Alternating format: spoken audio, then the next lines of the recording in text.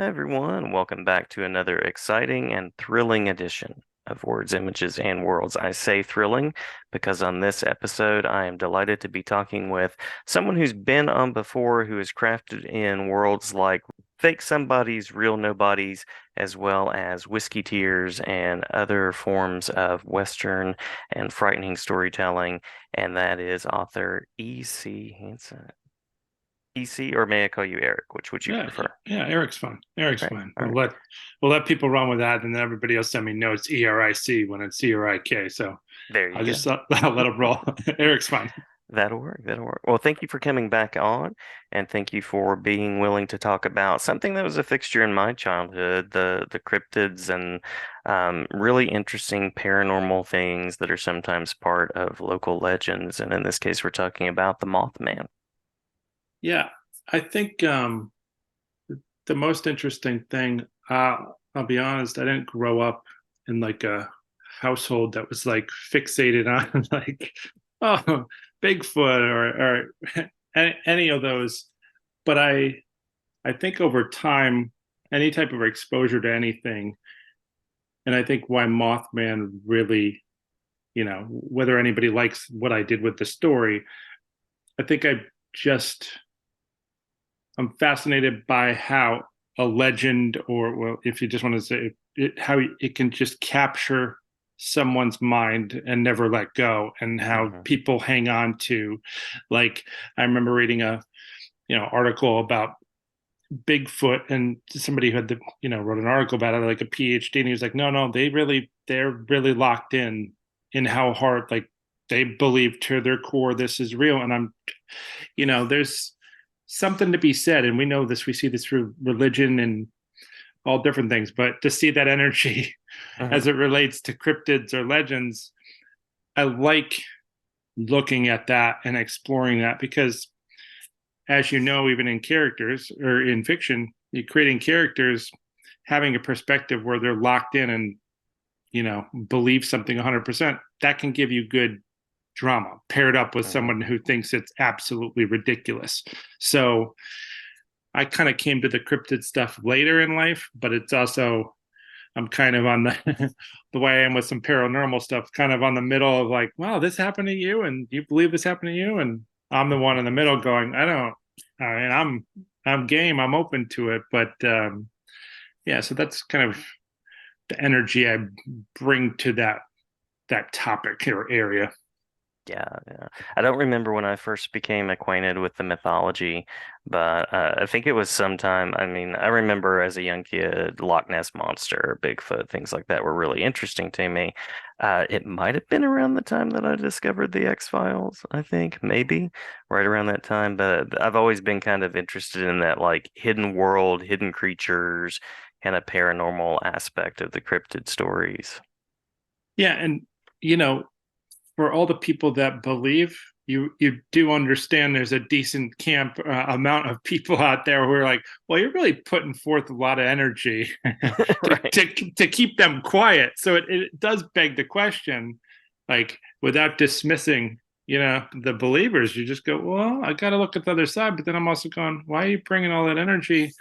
And it does, as a writer, and you objectively stand back, you just go, okay, this is a lot to work with. And um, I think as it relates to Mothman, I mean, I'm also fascinated by like curses Hmm. or people believing in a curse, and like obviously, the Silver Bridge and this and that and the events and all these sightings that people, I how we can link things. And I'm just, whether it's a family drama or whatever it may be, how we could find these links Yeah. to this is why this went down. And who am I to say or dismiss something that could be, otherworldly or however you want to describe it, to go, um, people are going to go through their lives believing things, or this was the reason. And, for some people, it might be like, I never should have gone in that liquor store. Somebody else, I never should have hopped on that train, or like my whole life changed. And I think, but life is scary enough too, where Right. you need reasons. I don't want to say blame, but you need to have a, oh, that's why. So it just kind of, you know, in going in the direction that I went with this book, with the main character's father, it was just like I needed to kind of honor the believers, if you will, Mhm, who are mhm, so staunch and they unwavering. Now, this, I'm exploring mental health a little bit here, but at the same time, yeah, to also have like a a daughter who's just kind of like, I don't really get this, but this has always been prominent throughout the years, that this belief that something happened and how that carries. I mean, we've all, whether it's parents or in-laws or the cousin that comes over and they tell their tales, and you're like, that's it makes but it makes for, you put that in fiction because you get a good character out of it. But we all experience that. So I guess for the listeners that might, you know the funny thing about cryptids, there's an expectations about what kind of story it should be. mhm. So I would say, a few have been like, well, I didn't think it would be anything like that. Yeah. And which I'm all for. And that's, I mean, this from the academic world. It's like, is there something new you can bring to the conversation? Now, Mhm, I'm not claiming to make any big, huge statements about Mothman. It's fiction. You know what I mean? It's mhm. just my way in is always through family dynamics. It's just how I operate. So, where there's an author, I don't know if you know of, Laurel Hightower, wrote a book called Below, which uses Mothman. That's probably about a year and a half, 2 years old.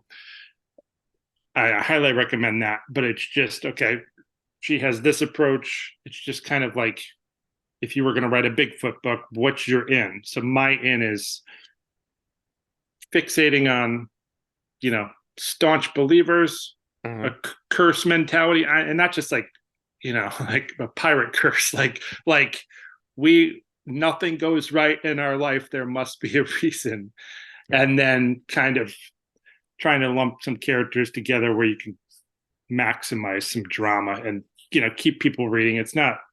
It, I'm not asking a lot in terms of page count, but it is. I do think it kind of has a little languorous pace. So, I mean, I just don't know what Mothman fans would be jumping up and down over this one. But at the same time, I think, I've had one or two who were, capital M Mothman fans who are like, oh, it was definitely different. I didn't expect that. And it was easy, easy to fly through until you get to the end. So, Yeah, yeah. Well, and as somebody that appreciates storytelling, any kind of story, any mythology that I'm into, I always appreciate it when someone takes it on, when there's another story to tell, and when it's not the retread kind of thing. I always appreciate something that takes a different stance. And you were talking about crafting with family dynamics. I mean, I feel like that's so much a part of what makes any story work. It's the reason why a lot of Godzilla movies are not just the special effects of the monsters clashing. There are people involved in the story too, and we care about the creatures, but we also care about those people that are experiencing this, and what would it be like if you were there and trying to sort through these mysteries of what's real and what's not. yeah. And I'm not by any means comparing my work to what I'm going to say, but film wise, like a film like Train to Busan, I mean, Hmm, the hmm. emphasis is, I mean, that the character work in that film is exceptional. I mean, those dynamics, it's so, not using that as a frame. I wasn't thinking about that when I was writing this, but it's also just like, okay, what can we put in the pot here? And then also find kind of with a lead character who's kind of gone through life with this. I don't really understand. I don't really feel things. You Hmm. know what I mean? So it's, I want to say my job as a writer. It's my attempt to try and go, what can I do? Also using Mothman to kind of shake that, to rattle that enough to where you go, oh, Hmm. either Hmm. that's it or we still can't get in. You know what I mean? And Yeah. um, without spoiling anything, if anybody else takes a chance on it, it's not just going back to family dynamic, but also just that notion of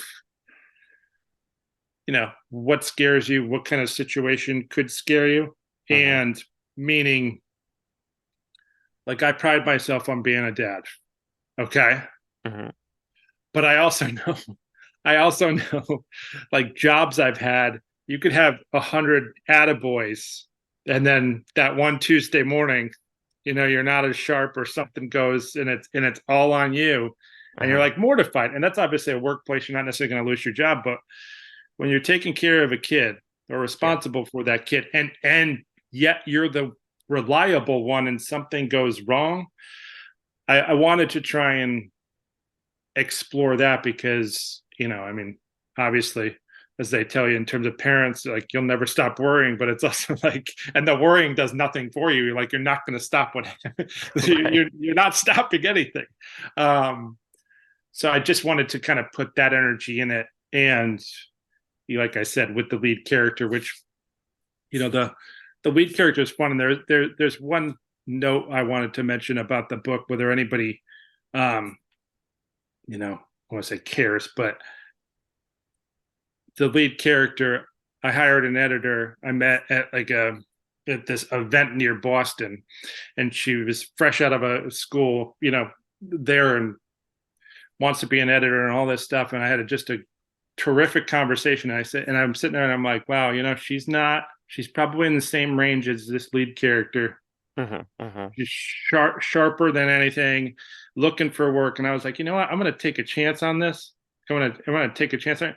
And boy, like, there weren't many changes, and I'm not tooting my own horn, but the few recommendations in relation to the lead character and what to emphasize and I couldn't have been happier with that decision. So her name's Mm-hmm. Katerina Yerger, but I was I had this novella done a while ago, and I kept going back and forth. I'm like, does anybody who's gonna care? Like, no, and I don't even mean it as a knock, but I'm like, are the Mothman the Mothman fans even gonna care about this? Are they gonna be just like, this is just like, who would take it in this direction? Mm-hmm. I Mm-hmm. didn't really know, you know, I don't mean doubt in terms of like I care so much and live my life to be like, boy, I hope this makes me, because I don't live that way. Right. I write, Right. I write and create and everything. I'm like, I like it, and then I, get to that point where I try and edit it to the point where I'm like, well, there we go, here it is. But Mm-hmm. I think Mm-hmm. that was an important decision, which I don't know. I think for other writers, whether you go find a beta reader that you trust or whatever, but this was an important connection in this book becoming a reality. So I just didn't want to, and how important it was, where a lot of my notes were, or questions were like, this is what, like, her notes were glorious, but it was like, lead character, I'm struggling here. What do you recommend? What am I not doing right?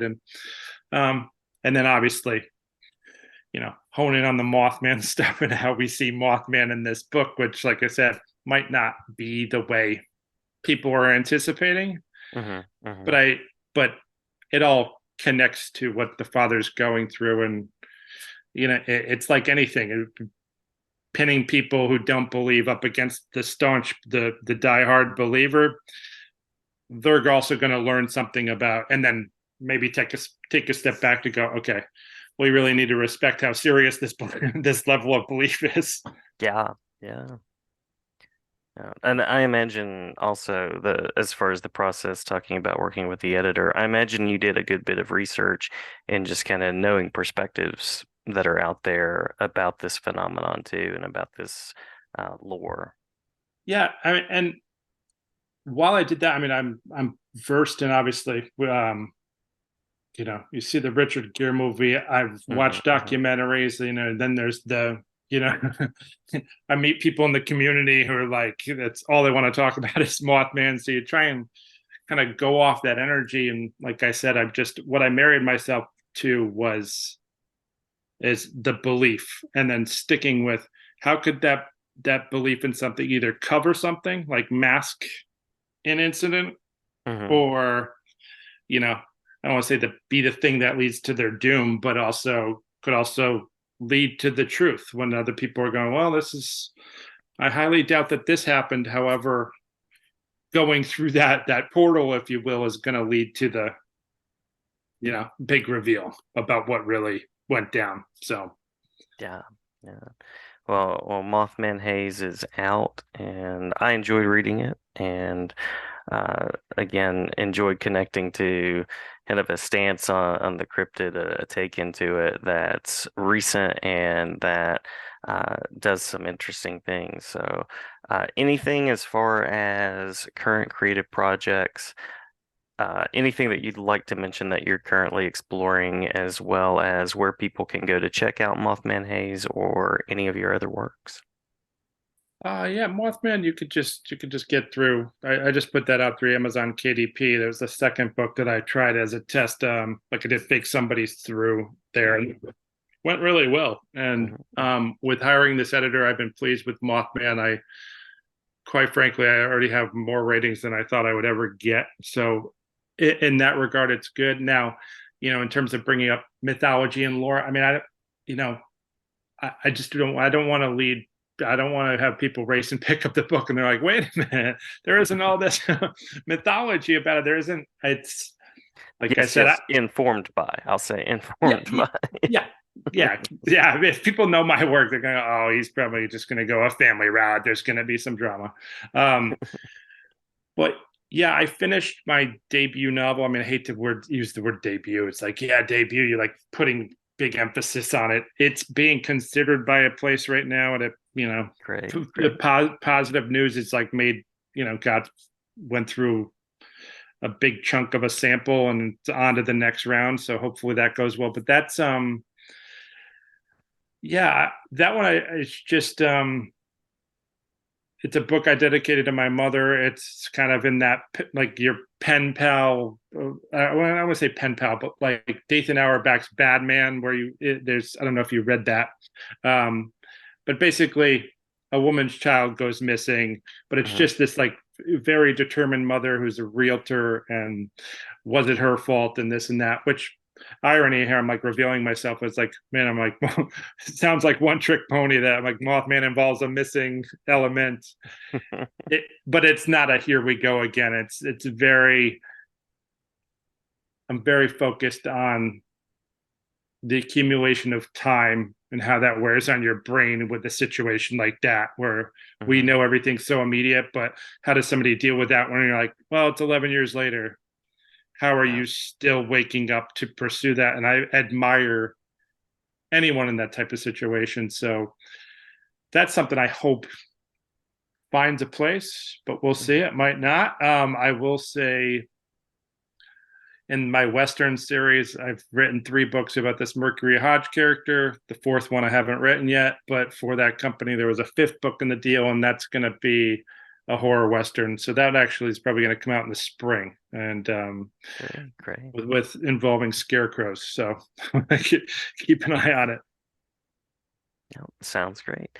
Um, any particular, and I know we mentioned this on the first episode, but just in case people are checking this one out for the first time, I know you're on Instagram, but other spaces online that you connect and share work on. I don't, and please tell every agent out there that I do. It's just, yeah, they love that.